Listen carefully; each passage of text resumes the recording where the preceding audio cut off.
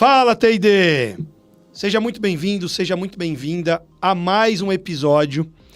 E hoje nós vamos conversar sobre como engajar equipes. A dinâmica do engajamento das equipes. Já já eu apresento a convidada especial, que inclusive foi minha coordenadora quando eu estudei processos de grupo lá atrás. Mas antes, deixa eu dar um alô aqui pro Igor. Fala, Igor. Fala, Carlos. Muito bom estar com vocês aqui. Mais um episódio do Fala T&D. Muito bom seguir com esse projeto aqui. A 21ª edição. Muito bom. É isso aí. É isso aí. Cada bate-papo é um aprendizado incrível. Com certeza. Muitos aprendizados, muita troca. É sempre bom estar aqui. E hoje nós estamos com a Genira, que é sócia consultora da Salekin. Já já ela vai contar para você o que significa. Eu conheci a Genira há perto de 15, 16 anos atrás, quando participei de uma formação pela Sociedade Brasileira de Dinâmica de Grupo. E eu me lembro que foi lá que eu quebrei o paradigma de que uma coisa é aplicar uma dinâmica de grupo, outra coisa é entender a dinâmica e funcionamento de um grupo. Inclusive, eu vou pedir, no meio do nosso papo, para ele explicar um pouco mais sobre essas diferenças e dar uma aula aqui pra gente. Genira, obrigado. Obrigado por ter aceito o nosso convite. Eu que agradeço. Depois de tantos anos, eu ainda era bem jovenzinha, claro, né? Quando nós fizemos esse curso. De poder revê-lo aqui. Obrigada a vocês pelo convite. Legal. Você falou que desde 1990 você trabalha com grupos. Então, você Isso. pegou o começo do desenvolvimento dos trabalhos com equipes, grupos aqui no Brasil, né? Não, nem tanto, Não? né? No Brasil, antecedeu a década de 70, 80, né? Mas 90 foi o auge dos programas de qualidade, né? Onde as indústrias estavam num boom de programas de qualidade e isso exigiu bastante trabalho de equipe, trabalho com grupos. Legal, legal. Conta pra gente, né? Quem é a Genira como ser humano, como profissional e o que sua empresa significa? Tudo junto e misturado. É isso aí. Salekin significa viajantes em busca do conhecimento. Então, esta também sou eu, que são viajantes porque eu e os clientes, né, em busca de conhecimento. Então, eu encontrei essa palavra e uso é um pouco difícil, né, das pessoas assimilarem. Eu já tenho um nome difícil de assimilar e da empresa também, mas isso acaba estabelecendo um rapport assim, no início da conversa, né? Então, eu sou essa pessoa que está sempre em busca do conhecimento. Eu sou migrante nordestina, né? Eu sou nascida na Bahia, saí de lá já tem muitos anos, mais de 40, e vivi em São Paulo, na Baixada Santista, São Paulo, Porto Alegre, depois retornei a São Paulo, e nessas idas e vindas eu fui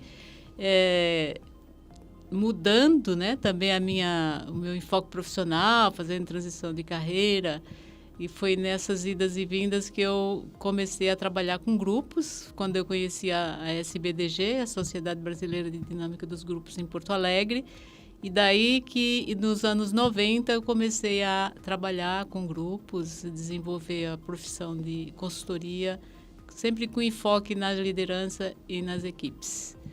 E, assim, com tantas idas e vindas, eu não me casei, eu sou a mais velha, né? Normalmente eu digo que eu sou a primeira, não a mais velha. De uma família de 10 filhos que a minha mãe e meu pai tiveram, então eu tive uma tarefa logo cedo de ajudar minha mãe a criar os filhos. Eu acho que eu não vi nenhuma vantagem sobre trabalho, né? Então eu resolvi que não seguiria essa estrada. E você vivenciou, então, desde pequena, um processo de grupo com 10 irmãos, é isso? Sim, 10 irmãos. Era você e mais 10? Eu e mais 9. Mais 9? Eram 10 no total. Família muito grande, né? E também exercendo já liderança, né? Desde aquela época. Legal. A irmã mais velha, né? Então...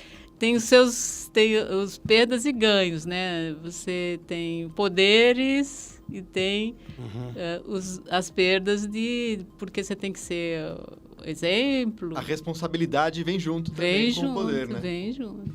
E qual foi o principal aprendizado que você teve antes de falar do grupo empresarial, do seu grupo familiar?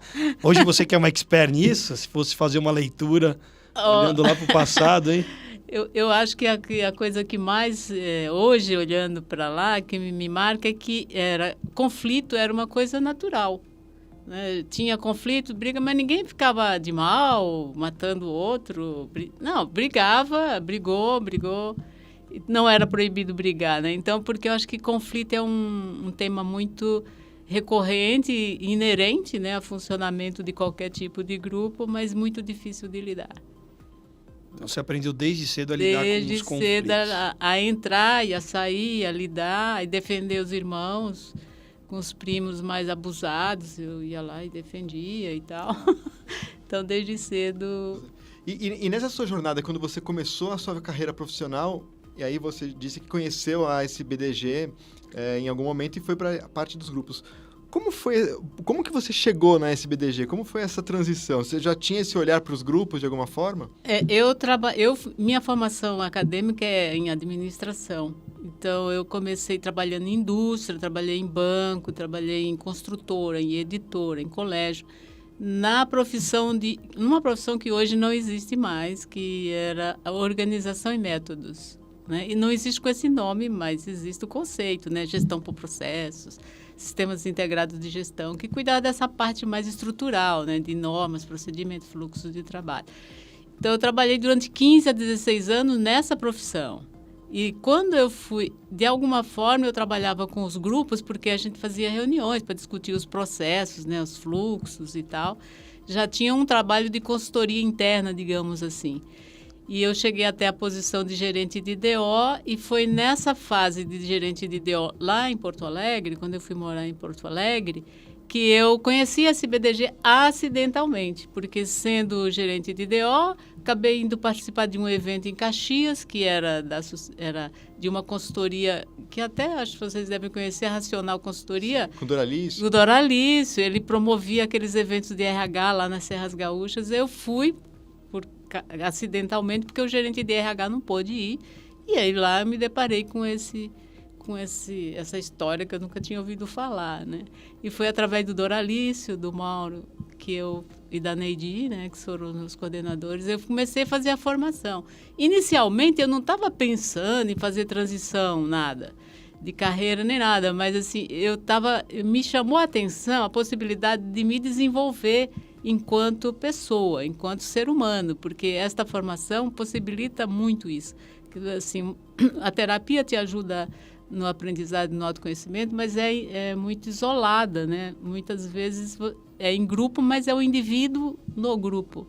E esse processo de você se conhecer interagindo e olhando, você funcionando em grupo, ele é muito mais potente, né? Uhum. Então, minha ideia era essa. Mas, no final, eu conheci um consultor fazendo um curso aqui em São Paulo, e ele já estava no mercado, o Nilson Ioli. E aí eu fiz parceria com ele durante 26 anos e hoje ele não está mais entre nós, mas foi nesse momento que eu fiz essa transição. Terminou a formação, eu voltei a morar em São Paulo, já trabalhando como consultora nessa área de desenvolvimento. Pegava um pouco de DO e pegava desenvolvimento de gerência e de equipes, porque eram programas de qualidade total que eles olhavam a qualidade não só do produto, mas do processo. Então, foi um aprendizado assim na prática. Né? Peguei legal. Aquilo que eu tinha aprendido, como que funciona se desenvolver em grupo, olhar processo de grupo, como é que se aplica isso numa organização? E ele também já vinha de uma experiência semelhante a essa. Em São Paulo teve um grupo um GEPS, era Grupo Experimental de Pesquisa Social Aplicada, que fazia algo semelhante ao que a SBDG faz. Então, a gente foi criando um modelo, um método de trabalhar dentro de um processo de transformação de cultura das organizações, que naquele momento era necessário por conta da competição, por conta da globalização, todo aquele discurso da época, tinha que transformar internamente dentro das organizações. Era a época da reengenharia, né? E tinha acabado de sair a reengenharia, estava todo mundo enlouquecido, e agora? Vamos repensar. E os próprios projetos de qualidade total de certa forma, criaram uma reengenharia, né? Eu trabalhei numa grande indústria como consultora, que assim, era uma indústria multinacional, que ela fez um downsizing, assim, né? Ela reduziu os níveis hierárquicos. Tinha fábricas que tinham 9 níveis, reduziu para 3, quer dizer. E daí a gente pegou o trabalho com as equipes, e aí fomos trabalhando as equipes, porque elas não sabiam como trabalhar agora. Antes tinha uma hierarquia que dizia, faça assim, assim, assim. Chegava aqui no operador, ele fazia. Aí disseram, agora só tem o gerente da fábrica, o chefe da linha de fabricação e vocês. E agora vocês precisam tomar decisões, discutir, imagina, né? Então, tinha um monte de aprendizado a ser feito aí. Desde treinamento operacional, treinamento técnico, treinamento de relacionamento. Como é que nós vamos discutir isso? Não tem ninguém para dar ordem? Quem que manda? Foi muito rico esse aprendizado. Inclusive, eles tiveram que colocar novamente as pessoas na escola, aqueles cursos telecursos, porque o que eles tinham aprendido ao longo da infância não tinha mais. Não servia. Não servia Como mais. trabalhar um processo desse? Então, existe muito, né, essa ideia de regras, né, de fórmulas. A primeira dificuldade é tirar esse paradigma de que tem uma fórmula que vai resolver o problema das equipes. Se fizer isso, se fizer aquilo. Se você fizer um trabalho... Como se fossem todos robozinhos, né? Não somos seres humanos. E assim, quando o foco é só na liderança, também não funciona, porque se você faz um programa onde você cria lá um perfil, seja lá qual for, não estou criticando nenhum tipo, qualquer que seja o tipo, 5 tipos, 6 tipos, 9 tipos, sei lá, quantos tipos de personalidade, ou de características, ou de comportamentos, e aí você trabalha só o indivíduo. Ele diz, ok, eu sou tímido, sou mais dominante, sou mais analítico, sou mais aquele, tal. e daí? Mas como é que funciona isso, né, juntos? Então, é importante, para fazer essa transformação, é importante, primeiro, um diagnóstico, né? Um pré-diagnóstico que a consultoria faz.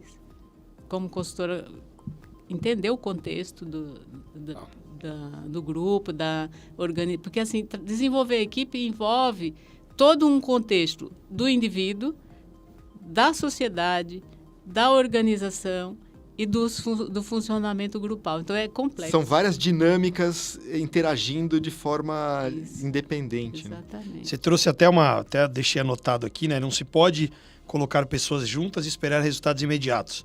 O trabalho em equipe não acontece por mágica, ainda que os membros possuam habilidades extraordinárias. E como lidar, né? Essa é uma fala sua, como lidar com o imediatismo, expectativa de resultado rápido, sendo que o desenvolvimento de um grupo, ele se dá rápido ou precisa de tempo? Como que é isso? Ele precisa de tempo. Para maturar. E como lidar com a pressão, com resultado rápido e... Então, daí que exige que o trabalho seja feito em toda a linha hierárquica, começando pelo CEO. A gente primeiro tem que frustrar esse tipo de expectativa, porque senão você está enganando a pessoa. E é muito comum dizer assim, olha, eu vou aumentar seu faturamento em X e vou resolver todos os seus problemas se você me dedicar um tempo aí para eu trabalhar com a sua equipe. Não são robôs. Né? Então, não existe Eu tinha um cliente muito ansioso que eu dizia para ele, não existe estufa para acelerar desenvolvimento de pessoas. Né? Tem um tempo. Repete aí, não existe estufa para acelerar desenvolvimento de pessoas. Né? Incubadora, né? Incubadora que vai lá e acelera. Eu brincava com ele, você quer ter um filho por ano, você tem que fazer 12 filhos, 9 meses, né? Se você quer ter um filho por mês, você tem que engravidar 9 vezes para todo mês nascer um, porque, mas mesmo assim no início você vai precisar esperar 9 meses. O processo de desenvolver... Aí, mas como é que eu faço? Digo, quem determina o tempo? O mercado. Então, você vai tomar decisões em relação à sua equipe. Precisa ver o potencial que as pessoas têm. Aí tem que trabalhar o indivíduo e para ver o que ele quer da vida dele, né? O que significa para ele esse trabalho e como que ele está disponível para fazer ou não esse processo de mudanças, né? Então, primeiro, assim, precisa ter muita transparência com os executivos principais. Muitos deles dizem assim, eu tenho... você pode fazer um desenvolvimento de equipe para mim? Eu falei, quanto tempo? Umas 4 horas. Não. Eu posso fazer um programa de sensibilização. Agora, desenvolver uma equipe em 4 horas, não dá. Então, você precisa trabalhar com esse dado de realidade. Não dá para pensar, acelerar pessoas. Tem pessoas que vão mais rápido, são mais, né? São mais abertos, outras não. Estou falando óbvio aqui, né? Mas, assim, quando você pensa... O óbvio precisa ser dito, porque a gente vive um momento onde as pessoas querem resultado rápido. Não, em 4 horas resolve. Estamos com um problema de comunicação, problema aí o pessoal vai lá, pega uma dinâmica, faz um team building e acha que faz um debrief e está resolvido. Não é só isso, né? Não. Isso é uma ação de intervenção que pode, né, ser trabalhada, mas precisa de muito mais do que isso, imagino. Eu não sei, Carlos, que talvez seja uma percepção minha. Quanto mais sólida, mais forte é a cultura da organização, mais rápido você consegue fazer a gestão desses grupos. Dá para dizer alguma coisa nesse sentido? A cultura em relação a... A cultura organizacional, o jeito que a dinâmica acontece quando já está estruturado, já tem uma cultura, já tem uma forma bem clara, bem assertiva dentro da organização, qualquer variável nova no grupo, a dinâmica se assenta mais rápido. Ou não, como diria o Caetano. Ou não. Né? Depende do... Como que funciona essa relação da cultura com a dinâmica dos grupos? Depende de... Assim, os grupos ajudam, é uma estratégia. Trabalhar grupos ou equipes é uma estratégia para você fazer as mudanças. Uhum. Né? Então, assim, às vezes a cultura está tão arraigada que é difícil mover. Não, eu não estou dizendo de mudança de cultura. Estou falando já tem uma cultura que é a cultura ideal, a cultura que está... É o que eu quero. É o que eu quero. E aí, quando tem uma variável no grupo, o grupo ele vai se adequar, dificilmente vai ter uma mudança dessa cultura se já está disseminada a cultura dentro do grupo. Eu penso assim, Igor, isso. Igor, eu penso assim que a cultura nunca fica estagnada. Verdade. Né? Ela é muito dinâmica, porque as mudanças estão aí. Uhum. Né? Não depende... E nem pode ser estagnada, né? Não pode, nem tão consolidada. Pode ser que a organização não esteja vendo o que está acontecendo. Uhum. Né? Porque ao redor tudo está se movendo. E como a organização ela é um sistema vivo, que ele interage, aberto, né? Que ele interage com o meio, por mais fechada que seja a instituição, não tem como ela não interagir com o meio. Então, o mundo está girando, as mudanças estão acontecendo, as pessoas estão vendo de forma diferente. Então, precisa olhar para o que está acontecendo e ver criar mecanismos internos para lidar com o que está acontecendo. Assim, se eu quero preservar determinadas coisas da cultura, eu tenho que olhar para isso. Fazer e incentivar isso, né? Isso, incentivar isso. E cultivar, né? E cultivar. Aí, assim, onde entra a questão com os grupos para fazer as mudanças, né? Uma coisa é você pode contratar um consultor e propor uma série de coisas para mudar, né? E entrega. Daqui 1 ano, né? Você vai olhar aquilo que normalmente, quando acontece um contrato de... Um projeto de mudança de cultura feito de fora para dentro e não de dentro para fora, vai para a gaveta. No próximo ano, quando a gente for fazer outro planejamento, vamos fazer um diagnóstico. Eu costumo dizer que tem uma diferença entre diagnóstico e autópsia. Se você faz um projeto, deixa 1 ano na gaveta, no fim do ano não é mais diagnóstico, morreu. Tem que começar tudo de novo, né? Porque muda, né? Porque você tem os aspectos, né, que é o sistema técnico, tarefa, e o sistema psicossocial humano. Como é que isso se conecta para gerar equipes engajadas? Fala um pouquinho para a gente sobre isso, né? Eu acabo, na minha cabeça, eu me lembro que o aprendizado que ficou, acho que quando eu estudei Bion, estudei alguns outros experts, é que um grupo tem a tarefa, né? Que nem a gente aqui tem o horário, tem o cronograma que a gente se programou, tem as perguntas que eu selecionei para fazer, mas tem a emoção, né? Que tem a ver com os papéis que a gente exerce aqui. Eu tô como host, ele como co-host, ou vice-versa, você como convidada. Mas tem a dinâmica que a gente cria aqui. Fala um pouquinho sobre isso, Genira. Bem, pensando numa equipe de trabalho, né? Isso. Que é o nosso foco aqui. Então, assim, existe o nível da tarefa, que é o aspecto explícito dentro de uma organização. As normas escritas, os procedimentos, as rotinas de trabalho, as metas, os objetivos, a visão, toda essa parte que está explicitada, que a gente chama de tarefa, que é o nível que está aqui em cima da mesa. Abaixo da mesa tem um nível da subjetividade, que esse da tarefa é a parte objetiva, né, da relação com o trabalho.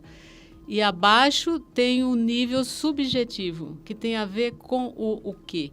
Com os sentimentos das pessoas, com a percepção de mundo que ela tem, com o que motiva, com que significado que tem o trabalho na vida dela. Enfim, esses aspectos da emoção ou da relação ou do psicossocial, eles estão sempre presentes ao mesmo tempo, né? Então, nós estamos aqui fazendo uma tarefa, mas, ao mesmo tempo, existe um universo invisível aqui entre nós, do inconsciente, né? Do que passa com cada um e tal, que não está sendo trazido aqui agora. Nós estamos realizando uma tarefa, mas ele está presente. Então, abaixo da mesa, tá lá rolando. Como é que eu me senti hoje, o que aconteceu comigo, o que eu estou pensando. Sentimento aqui na conversa. Que nem quem está nos assistindo ou nos ouvindo, tem ali a questão objetiva, mas tem como ele se sente, que a gente não está enxergando. Se está concordando com o nosso ponto de vista aqui ou não, se está ali num diálogo para, né? Interno, pensando no futuro, no passado. No passado, na minha casa, sei lá, nas minhas emoções, no atual momento que eu estou vivendo. Então, ou algumas questões relacionais com as pessoas que estão na tarefa, né? Que não entregou, a pessoa que não colabora. Tudo isso está presente, só que o foco está na tarefa.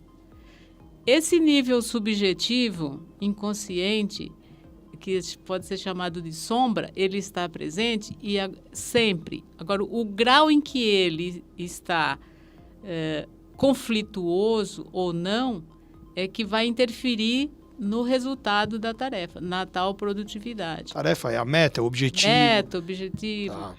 O quanto ele te segura e o quanto ele te ajuda. Isso. E aí é interessante que a gente vai em algumas empresas e vê que as pessoas elas acabam não se comunicando. Aliás, não é que não se comunicam talvez conscientemente. O nível de abertura entre as pessoas está um nível de abertura baixo, né? E aí você vê que a equipe parece que está meio disfuncional, as coisas não andam. Como trabalhar essas questões? Então, trazendo para a mesa para conversar. O velho diálogo ao redor de uma fogueira, conversando. Esse é o nosso trabalho enquanto facilitador de processos grupais, assim, ajudar o grupo a criar uma abertura para que essas conversas aconteçam, né? Então, não sei se vocês conhecem um Lencioni, que fala dos 5 desafios de uma equipe. Ele classifica de maneira bem clara o que muitas teorias comentam, né? A base é a confiança, a base de um trabalho de equipe, de qualquer relação, né, na verdade. Então, para que precisa ter confiança?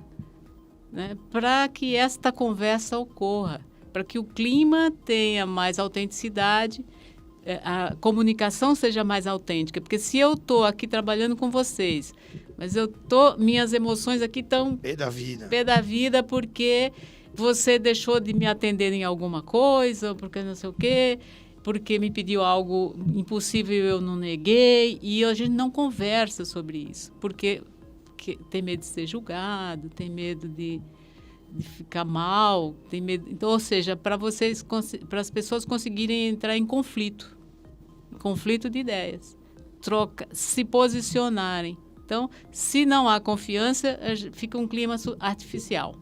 A gente finge que está se comunicando. E nos dias de hoje é fundamental ter essa abertura, criar nas organizações essa abertura para esse diálogo mais transparente e esse clima de confiança, né? Sim, até por conta das inovações necessárias, né? Então, assim, se alguém numa reunião apresenta uma ideia lá para um projeto e eu fico lá, não dou... Não dá muita atenção, o mas comportamento aqui não verbal já dentro- dá os sinais. Aqui dentro não falo nada. Vamos supor que o projeto foi aprovado, todos estão envolvidos no projeto. Eu não me posicionei. Quando a gente volta para tocar o projeto, ou o dia a dia, o meu grau de comprometimento é baixo. Então, esse é um dos itens que ele coloca, né? Da confiança, da abertura para ter um posicionamento, uma comunicação clara. Isso leva a equipe a todos da equipe ter mais comprometimento. Às vezes a pessoa diz, não, mas aqui todo mundo é comprometido. Mas com o quê? Com o resultado final? Quer dizer, nós estamos num projeto aqui para um resultado. Eu sou comprometida com a minha parte, minha tarefa. Então, quando há confiança, a abertura e a comunicação flui, então nós nos comprometemos porque eu me posicionei.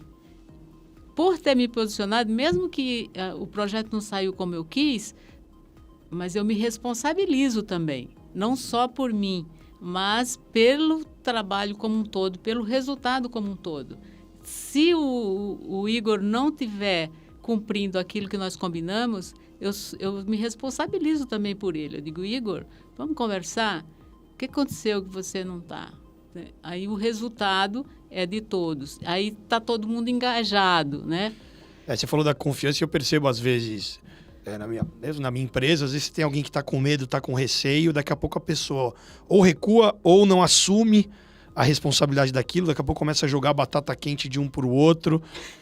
Pode sentar e conversar. Então, e aí acho que o caminho é a velha conversa. Mas existe alguma metodologia, né, que você utiliza de intervenção num sistema psicossocial ali de um grupo? Se tem, quais são as etapas, como é que é isso? Então, como eu disse para vocês, né?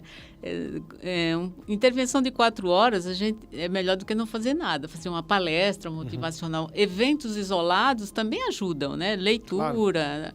Mas se você quiser um processo de desenvolvimento, você precisa de um determinado número de horas e etapas. Em torno de, eu diria, entre 35 a 40 horas para você trabalhar com um grupo. Com aquele distribuída grupo, durante um período. Um período. Né? Então, começa com o diagnóstico. Né? Existe o Kurt Lewin criou um modelo pesquisação que hoje a gente pode traduzir como PDCA, que primeiro você coleta as informações, faz uma análise, né? Projeta, analisa, chega num resultado, implanta aquele resultado e retorna a avaliar. Então, é uma espécie de PDCA. Então, o que a equipe precisa aprender a fazer? Fazer autodiagnóstico continuamente. Não no fim do ano, porque aí não é diagnóstico, é autópsia, porque já acabou.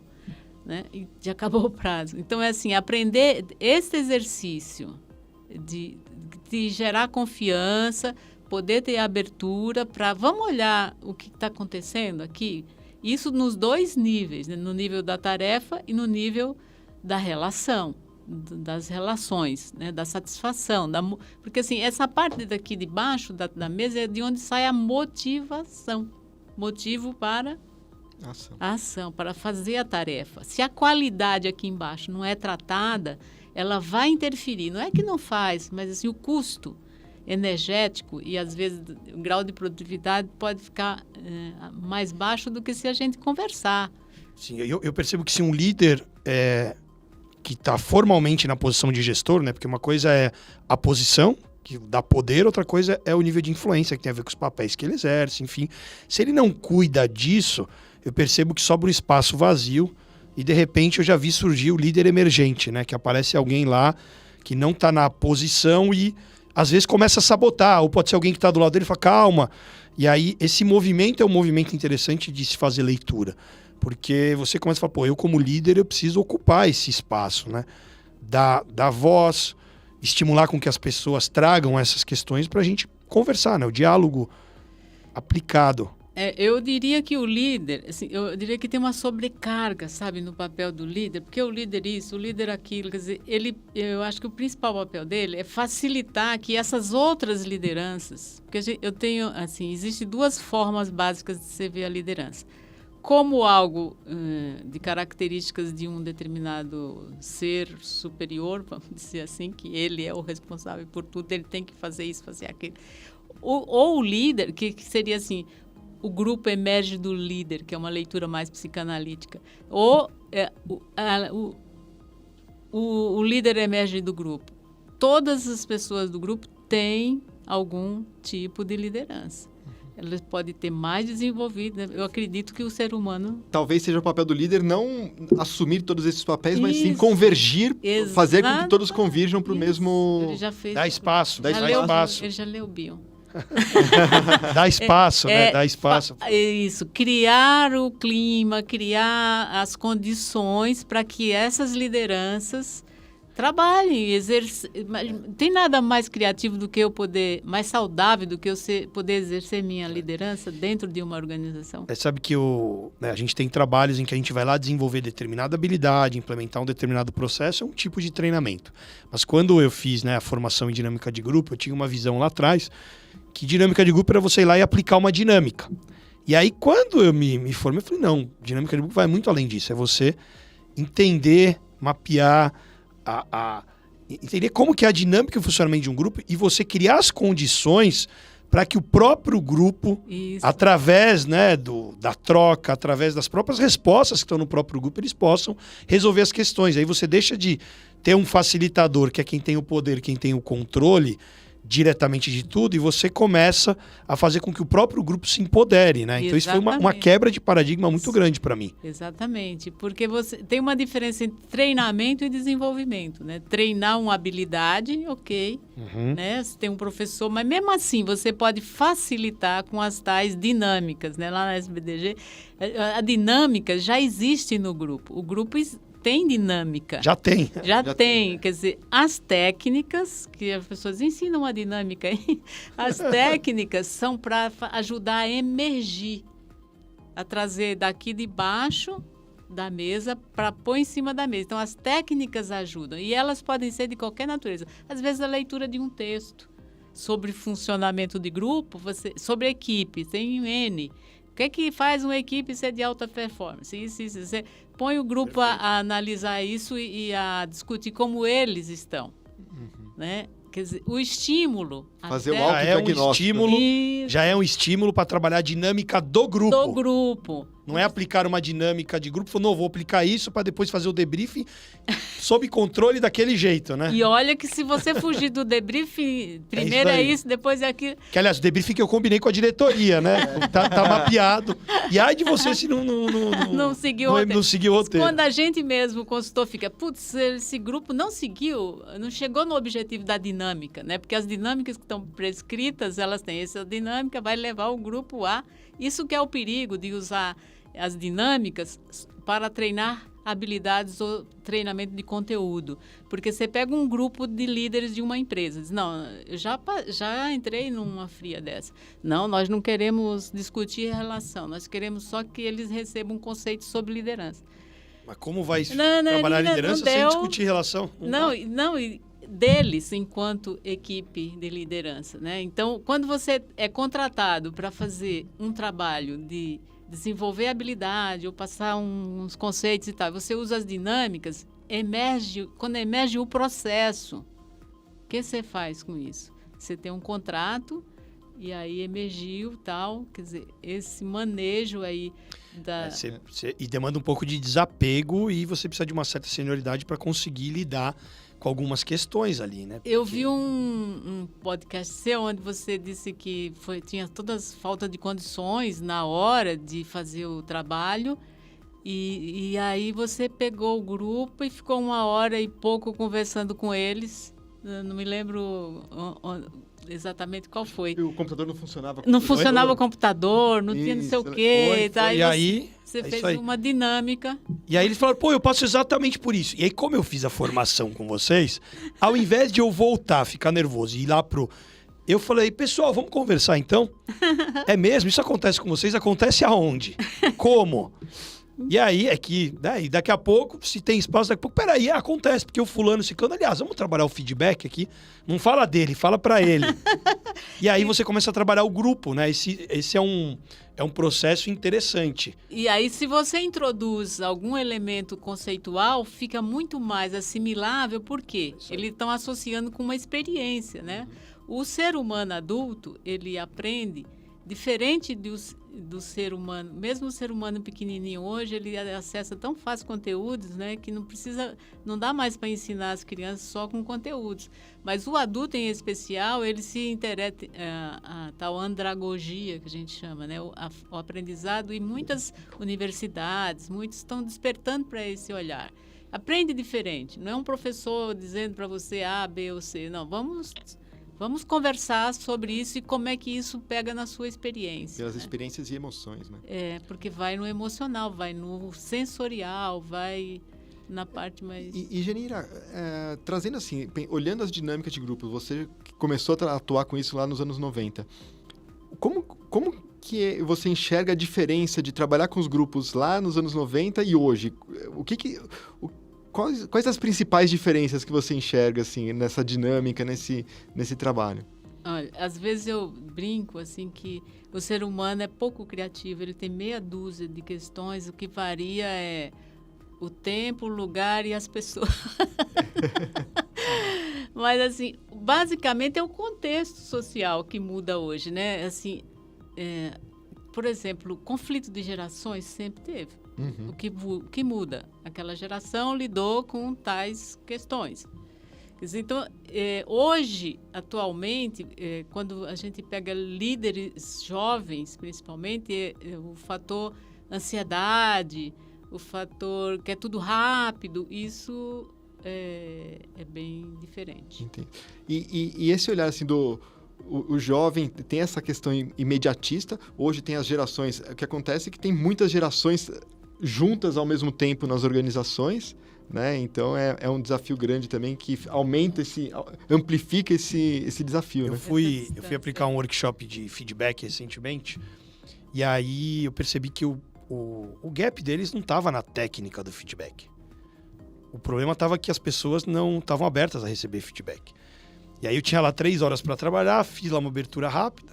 Qual o principal desafio, né, que vocês têm de dar feedback? E fiz uma atividade que foi basicamente colocar eles para conversarem.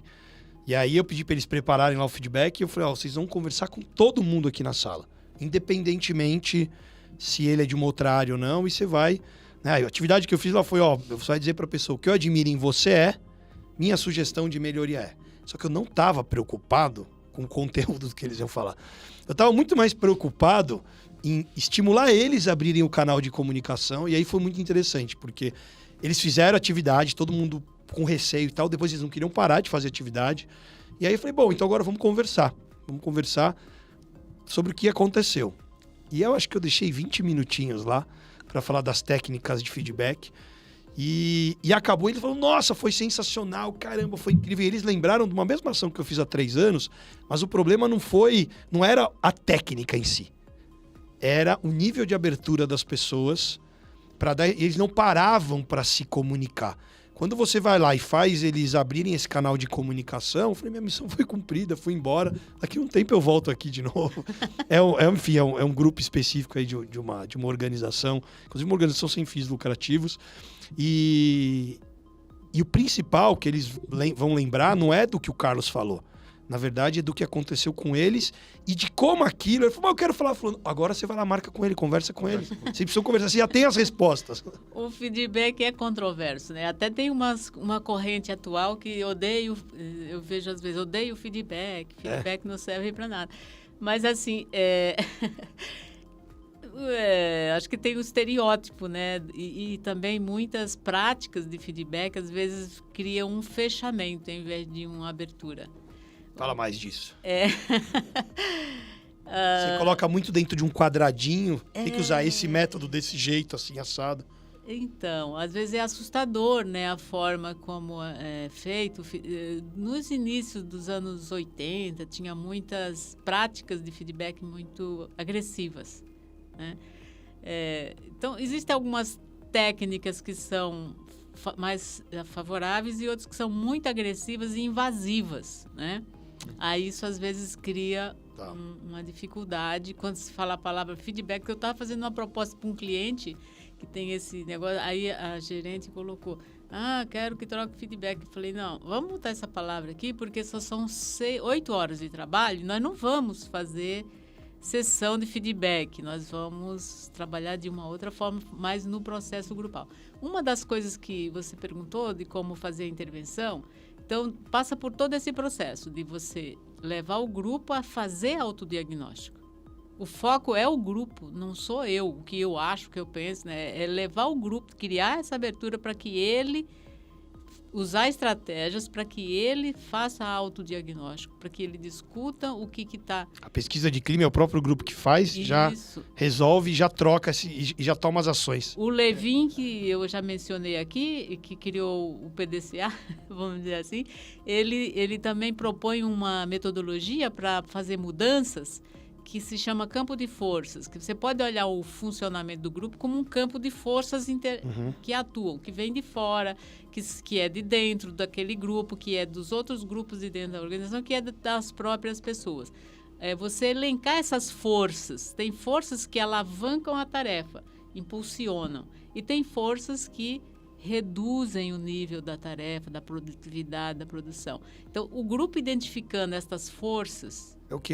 Falta de comunicação atrapalha. Tá, tipo mas isso? O que falta de... Essa coisa de comunicação, quando alguém diz assim, nós temos um probleminha de comunicação. Eu digo, vixe, palavra ônibus, cabem quantos? Quantos? Que o Randy lá isso aí chama de grávida, né? Palavra grávida. Quer dizer, o que é essa... O que é na comunicação, né? Evitar esses... Eles fazem, assim, às vezes, o diagnóstico. Aí, ok, deixa, como você falou. Agora vamos conversar, mas o que significa... Vamos traduzir isso aqui. Vamos traduzir isso depois em ações para... Em exemplos práticos, em ações. E dali surgem planos de ação. Você fez o curso, né? A gente estava falando há pouco de coaching, né? Estudou uma mesma instituição que eu estudei. Eu lembro que eu aprendi sobre coaching de equipe. E eu lembro que eu chegava num grupo, isso foi um quebra de paradigma também, né? Eu só levava post-it, mais nada. Reunia lá o grupo de líderes. Pessoal, pega um post-it cada um, nota de 0 a 10. Que nota vocês se dão como equipe, como time? Eu não estava preocupado com a nota, estava mais preocupado com o que emergir do que a nota. Legal, deu nota 6. Agora pega um post, era um grupo que às vezes não estava muito ainda confiante para falar, então escreve aí no post-it por que da nota 6. Aí eu ditava para eles, eu falava, legal, agora vamos lá, vamos dar um nome aqui para isso que vocês estão colocando e depois vamos dar exemplos por que cada uma desses itens estão baixo. E aí colocava o grupo para conversar. E aí você vê que as próprias respostas estavam no próprio grupo. O que faltava era o quê? Era eles conversarem. Tirar dessa inércia. O ser humano só precisa disso, gente, é conversar. O problema é esse. O papo aqui tá ótimo, né? Já recebi aqui no ponto que nosso tempo já tá quase acabando. Então eu vou pedir, Genira, para você, se puder dar alguma dica ou algumas dicas para o profissional que hoje atua com grupos nas empresas. Quais dicas ou que dica você daria?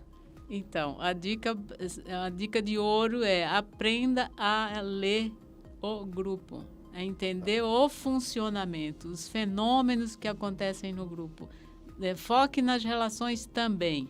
Não é necessário, assim, não precisa ser só programa de motivação, que eu saio de lá chorando, não. Mas como que isso se liga com a tarefa? Né? Essa conexão que você perguntou lá atrás, né? Perfeito. Então, não é suficiente você só trabalhar o relacionamento.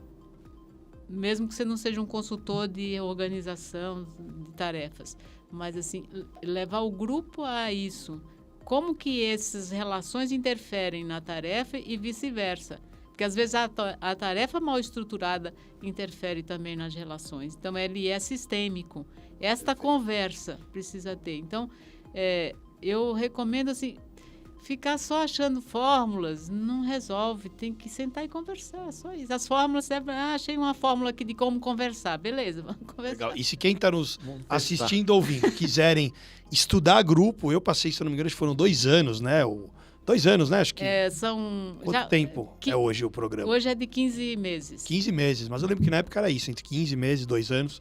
Faz tempo eu não me lembro. É que varia de acordo com o cronograma também, né? Se Tá. tem todo mês, se não tem. São Geralmente são é uma... quantas horas para... São cada encontro de 15 horas, uma vez por mês. Então dá Geral... quantas horas no total? que tem horas também... Tem várias horas, mas eu lembro que dava 300 horas, algo a mais, né? Foi 60 horas, mais ou menos. para estudar e aprender a fazer leitura de grupo. Então, se Entendeu? você é um especialista e quiser se aprofundar, como que eles fazem para te encontrar ou participar de um grupo que você coordena, que o pessoal da SBDG... Olha, grupos da SBDG, eles vão encontrar no site www.sbdg.org.br. Então, Para me encontrar com o meu nome mesmo nas redes sociais, Genira Rosa e Salequim, que é o nome da minha sua empresa. consultoria. Geralmente procuram por meu nome mesmo, né? E é isso. legal, muito bom. E antes de a gente finalizar, chegou o momento, né, Igor? Ixi, Tome e Momento devolve. T&D. Esse momento é punk. É o T&D. Vamos lá, eu vou falar uma palavra, você complementa. Treinamento, Desenvolvimento. desenvolvimento, Crescimento. equipe, Processo. dinâmica de grupo, Processo. futuro, Podemos desenhar. desafio, Desenhar o futuro. contribuição, Minha contribuição facilitação. transformação. Mudança. E algum recadinho final? Ah, gente, conversem, vai, por favor. Tá com problema? Conversa.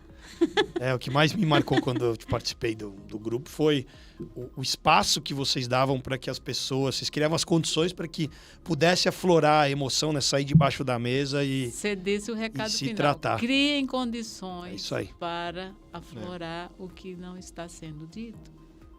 Só isso. E confie que o grupo dá conta.